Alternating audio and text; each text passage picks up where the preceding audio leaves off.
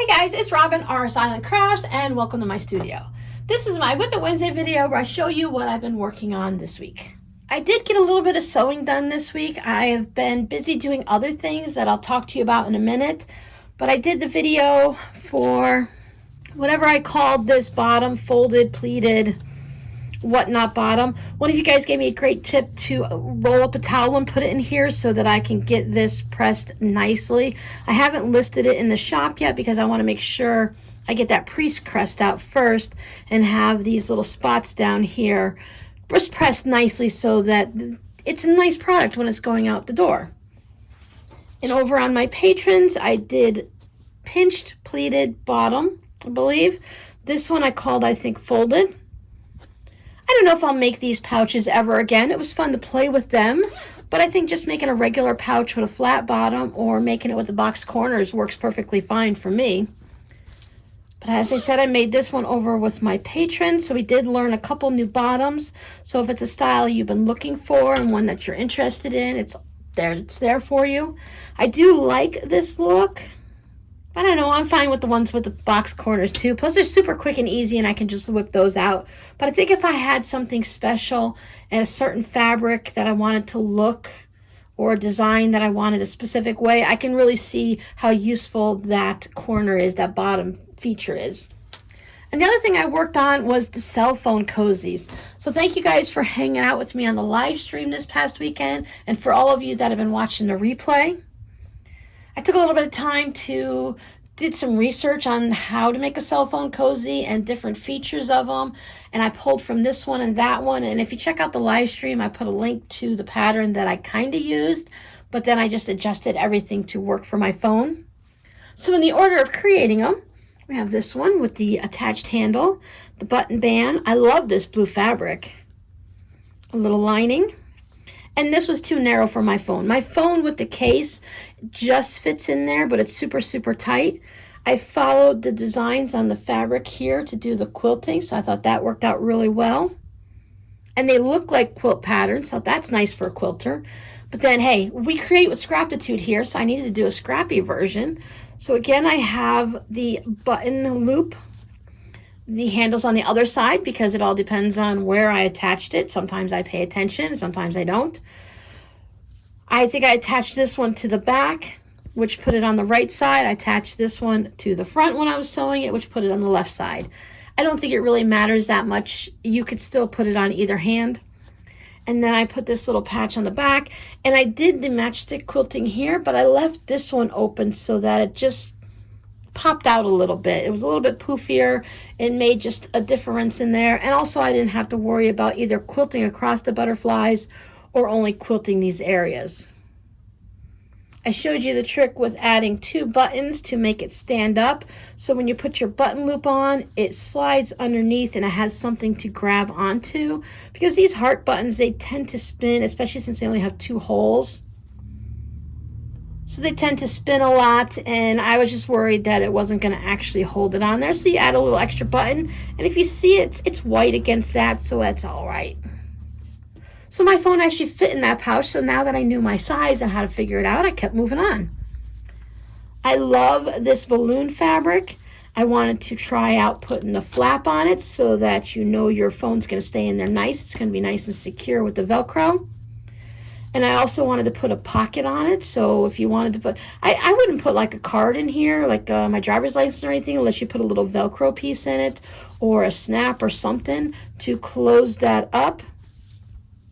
In the comments, someone had a great suggestion that I'll show you on the last one to fix that problem, but you could put something in here, your receipts or shopping list or anything like that. And then we did the detachable wristlet. So this can come off if you don't want to have a handle on it. And then if you do, you can put it on. You can also switch it up and say, well, I don't want to use this today, but I want to put this on my keys. You could do that.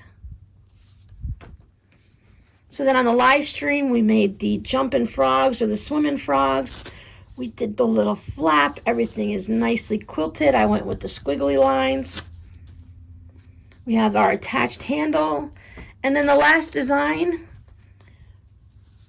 I planned to put the pocket on the back, and I just wasn't thinking straight, and I put the pocket on the front. So it was suggested that if you want to close up the pocket, you can make your button loop longer and put your button down here and close up the pocket.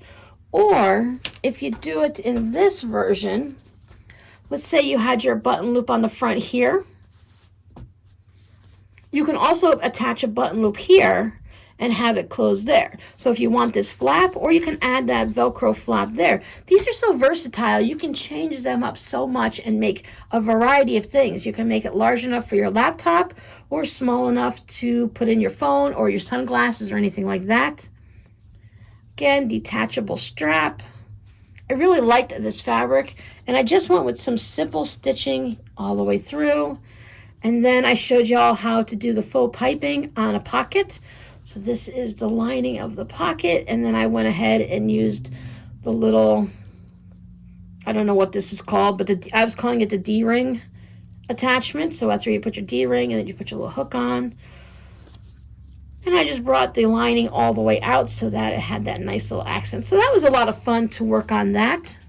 I'll show you what I did with the little bits before I pop these in the mail.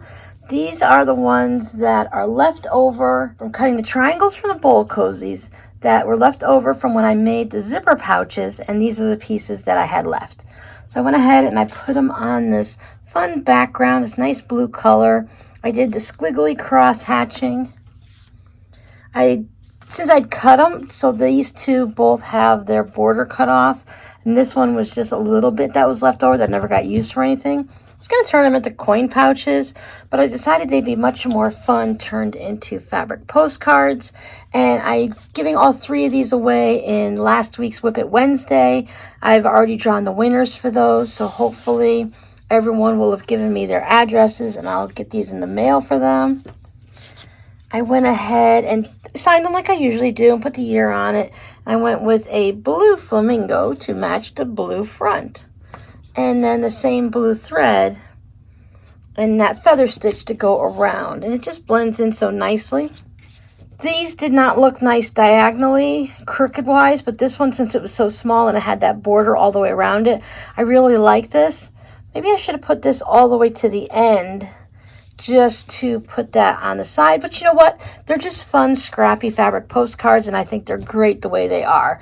Just when I see them, my mind goes, what could I have done differently for next time? Chances are, well, there could be a next time, but I don't know if I make more bowl cozies, but I do like using leftover bits from projects on fabric postcards. So that's everything that I worked on in the sewing department, but I did finish up a couple knitting projects or make some progress on them. I thought I'd go ahead and show you that. And then I'll show you what occupied my weekend. On my miter square, I did get my first 9 patch done. It does need a little bit of blocking, and once I start adding them into the rest of the quilt or afghan, however you want to look at it, the knitted quilt, then it's going to go ahead and block everything out nicely.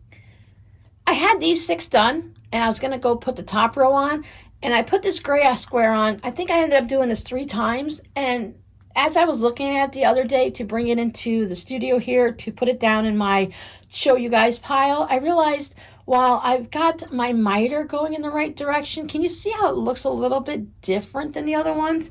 If you're not a knitter, you might not notice it. If this had been over in the corner, I thought, well, I'll just take it out because it's been bothering me all week and it's been in the back of my mind. So I would have to take both of these blocks off to fix that one. But now that I'm showing you guys and I look and see that not all of them are going in the same direction anyways, it's fine. I'm not even going to worry about it anymore. Once it gets put into the blanket, and if I make this, even if I made them 4x4, 4 9 patches wide and 4 9 patches down, I don't know what my finished measurements are going to be yet. That's going to get blended in. And if it bothers me, I'll just stick it in a corner and it won't be noticeable. My original goal was to put these all together like this and just sew 9 patches together, but I'm trying to decide if I want to put any sashing or borders around it. And I'm really leaning toward just putting them all together like this, but I'll know better when I get the next 9 patch done and see what they look like next to each other. But I decided that I'm really tired of seeing the same yarn projects over and over again. I'd like to eventually start some new ones, but to do new ones, you really need to finish old ones. Now, I may leave a lot of my sewing projects and let them pile up, maybe have quilt tops that don't turn into quilts, little projects that don't turn into wall hangings and such. But with the knitting and crochet, it really bothers me if they just sit there too long. Now, does that mean I have no long-term projects that haven't seen the light of day in 2 or 3 years? Not at all. I have a stack of those too. But every year or two I go through and I decide, am I ever going to work on this? And if I decide no, I just take the yarn apart, store the yarn away, and then the project goes away. And if I think it's something I really like my miter square blanket, I'll just let it sit there for a while and eventually I'll come back to it. But I did decide that I can at least finish this scarf. Here is where I was last time you saw it, and now it's all the way up to there. I decided that instead of getting another skein of yarn, that I would just go ahead and make this a child's scarf. So it measures about 40 inches long. So as an adult, if you just wanted to wear it around your neck and tuck it into your winter coat so that you don't have the cold air blowing down at your neck area and stuff like that, then I think this works perfect. But if you wanted it to wrap around your neck and tie it a couple times or put the loop through the loop or however you do it, it's not that type of scarf. It would work for smaller children for the same way if you want to just tuck it in. So I'm just going to go ahead and set this aside, and I think I'm going to do one of my little live sales where I have all of these winter projects. I have some hats, I have a bunch of scarves and stuff like that, and I think I'll just add that to the mix. If you are interested in purchasing this, just go ahead and send me an email. But for now, I'm just going to store it away, get some pictures, put it up on Ravelry, store it away with the other winter things, and then maybe I'll do like a Christmas in July or something like that. Or sometime before winter, go ahead and have a winter sale. I made this pouch for myself, so that one probably won't go into the shop, but it might. I'm not really sure. I fell in love with the fabric big time, but I also fell in love with that blue fabric. So I don't know, I like that one too, and I like the balloons. So I'm torn. So maybe since I still have all of those fabrics left over, that I'll make some type of a stripy pouch like that for myself using this fabric and this fabric. Maybe put that into the strap or on the back or something. I just really love all of them. But the majority of them will be going into the shop this week. I need to give myself a little bit of a rest day today, and let me show you what I've been working on. Now during the live stream, I mentioned that I bought some white bookcases from Walmart. That is this one here, and there's two there. They're only $28.88, and they come in white, a dark brown, and a medium brown color. So I went ahead and I finally got those in, and I decided, okay, after the live stream on Saturday, it takes like an hour to put together a bookcase, so I put together all of them, finished those up Saturday night, and then Sunday I went ahead and started rearranging everything, taking out a bookshelf that was full of stuff here and a bookshelf there. This one had a lot of things on it, so I pulled that out and I put it in another room for storage. And this is what my craft room looks like now. Now for me, a craft room is always a living and breathing thing. It's always changing as we go. And I decide, what do I need in my room now? What is useful for me? What can I take out? What am I always looking for? So I have my craft room here, and I have what I call my fabric room. And that's where I have a couple of other bookshelves that I store my fabric on and some other things. So in here, I mainly want to have things that I'm going to sew with, things that I'm going to turn around and reach for and use on an almost daily basis. There is my mini quilt wall. I always iron and stuff on here. If I have to get rid of this desk, I'm in trouble because these drawers are jammed full of stuff. I keep this table over here for my TV and a fan. For anyone who watches, this guy is the Super Carlin brothers. I've been really into a lot of the Harry Potter theories, and they right now I'm watching The Origin of Moody's Eyes. So if anyone's interested in those type of behind the scene Harry Potter, and like why does Harry Potter have a lightning shaped scar instead of just a regular scar, I'll put a link down below to their channel. They also do other Disney things and stuff like that, so that's always great. This table here is my dropsy table, and I need to clear this out. I'm going to give myself a shelf on the bookcase for the dropsies. So you can see this is my recording setup. That's where I put my tripod. This is my table where I sew. I keep both sewing machines and my cutting mat. So I have plenty of room to do whatnot there. I store all of my scissors and pens and stuff there. Those stupid bright lights that drive me crazy. I have some more quilts hanging up there. But this is one of the bookcases that I put in. And on the other shelf that was way behind me, I stored rulers and extra scissors and stuff like that. We were talking on the live stream on how many scissors everyone has. So I have my good Ginger shears are in there, and then I have scissors all along here, and some there, some smaller ones there, and then I have specific ones that I keep in McDonald's glasses there.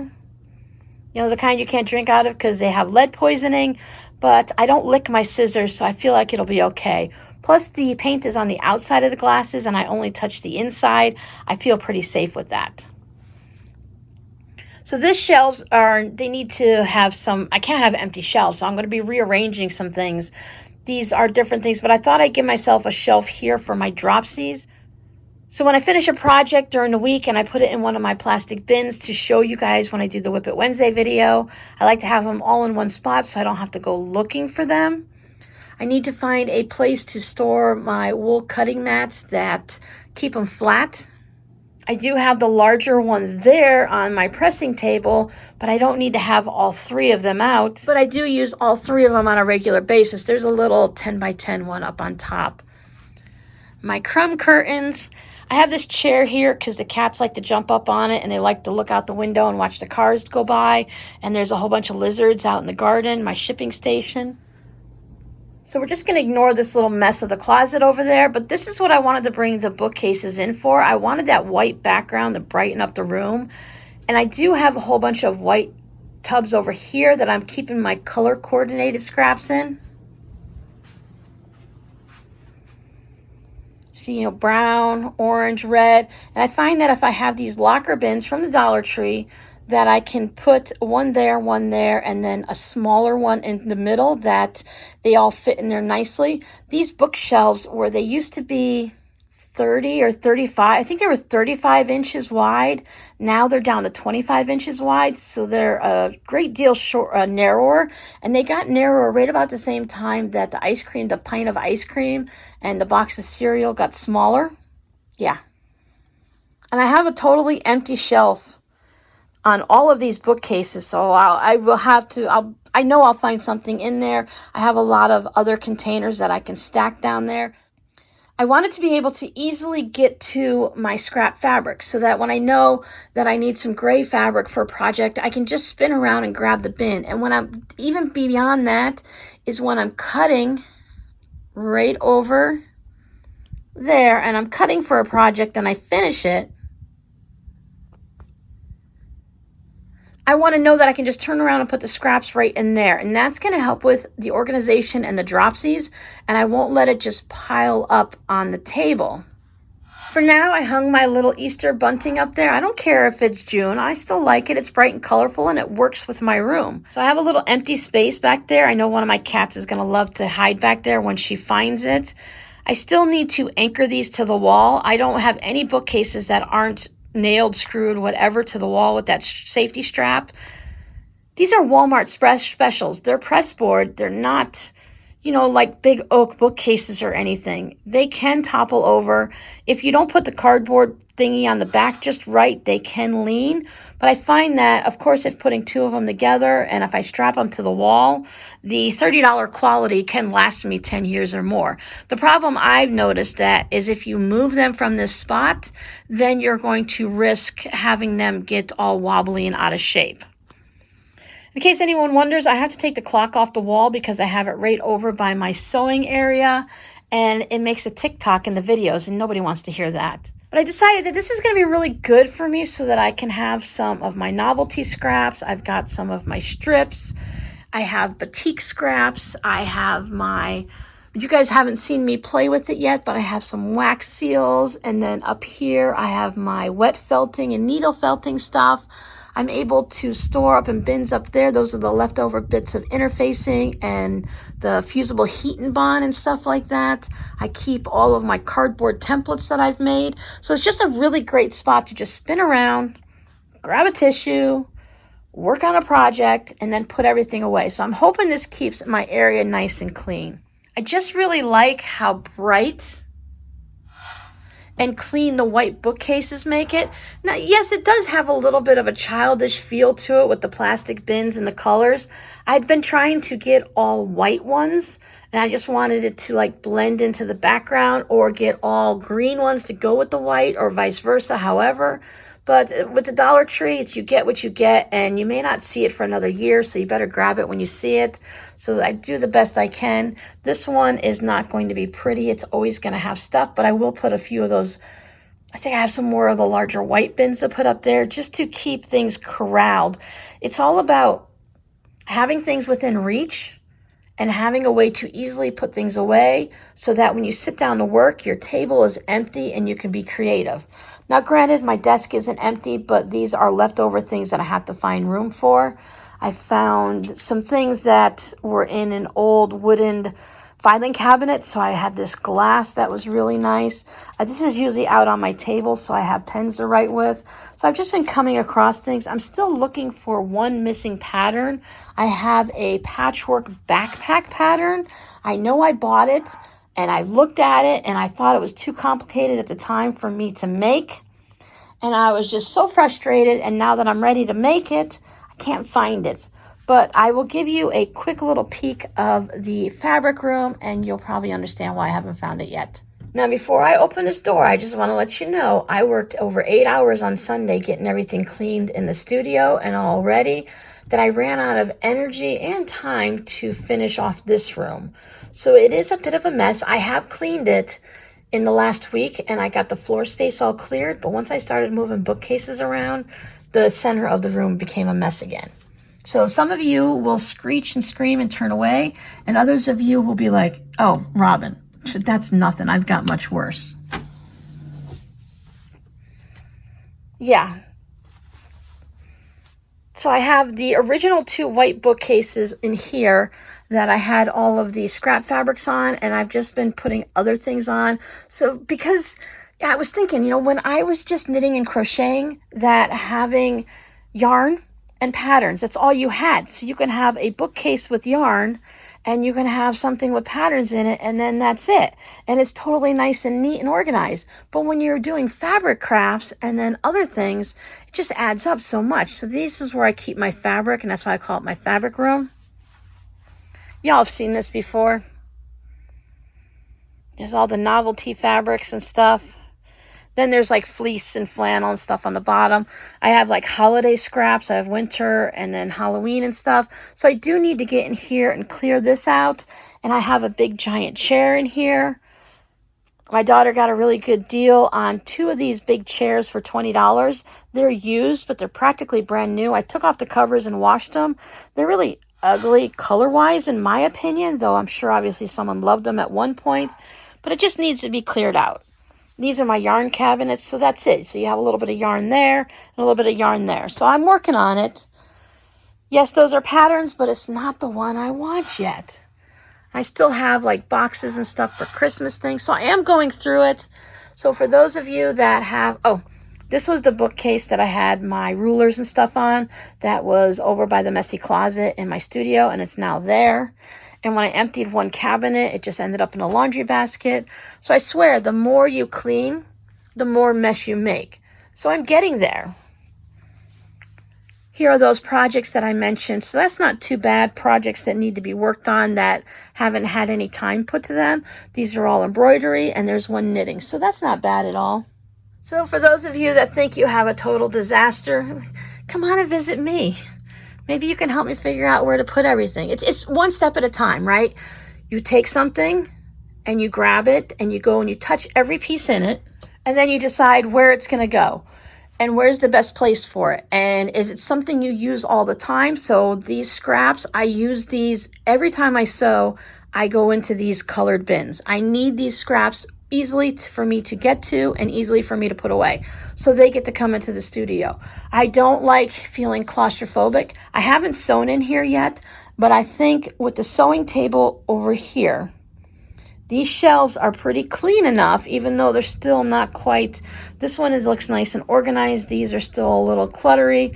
I don't feel like the claustrophobic of it, because sometimes I've had piles of stuff on the floor and it just makes me feel closed in. It's really hard to be creative when you're feeling closed in. So that's what my craft room, studio, whatever looks like right now. Yeah, and now you can see my filming setup. And I stand right here. So that's how it is. This is my fabric trash. So I have a trash can over here for paper. I never have food trash in this room. I do eat my lunch sitting at this table, but I never keep food in here. Well, I keep a big bin of peppermints down there, but whatever. So paper stuff goes in there and fabric stuff goes in here, because I don't know about you guys, as a scrap person, there's many times where I will go and I'll say, oh, I just need a little bit of something. And I will go back through my scraps and say, did I throw away anything big that might work? Oh, okay, well, here we go. And I'll pull it out of there.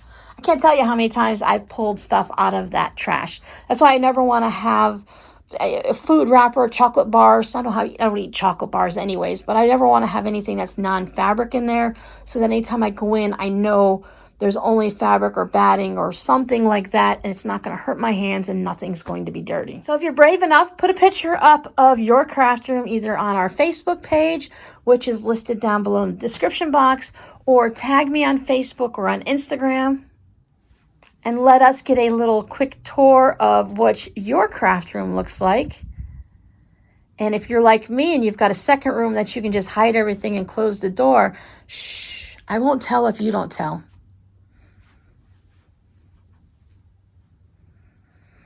All right, guys, thanks for hanging out with me. Let's close out on these nomies. I have not turned them into their wall hanging yet, but I do want to have them hanging up so I can see them every day. I'll see you guys in the next video. Oh, wait, we need a code word. Oh, let's go totally random. And we'll go with tree. How's that? We'll go with a tree, because I have a tree there and I have a tree there. I have this thing about trees, guys. When I was a kid, I drew trees all the time. I love trees. I love the family tree. I have a necklace with the family tree on it and everything like that. And I love trees. So thanks for hanging out with me, and I'll see you guys next time. Bye.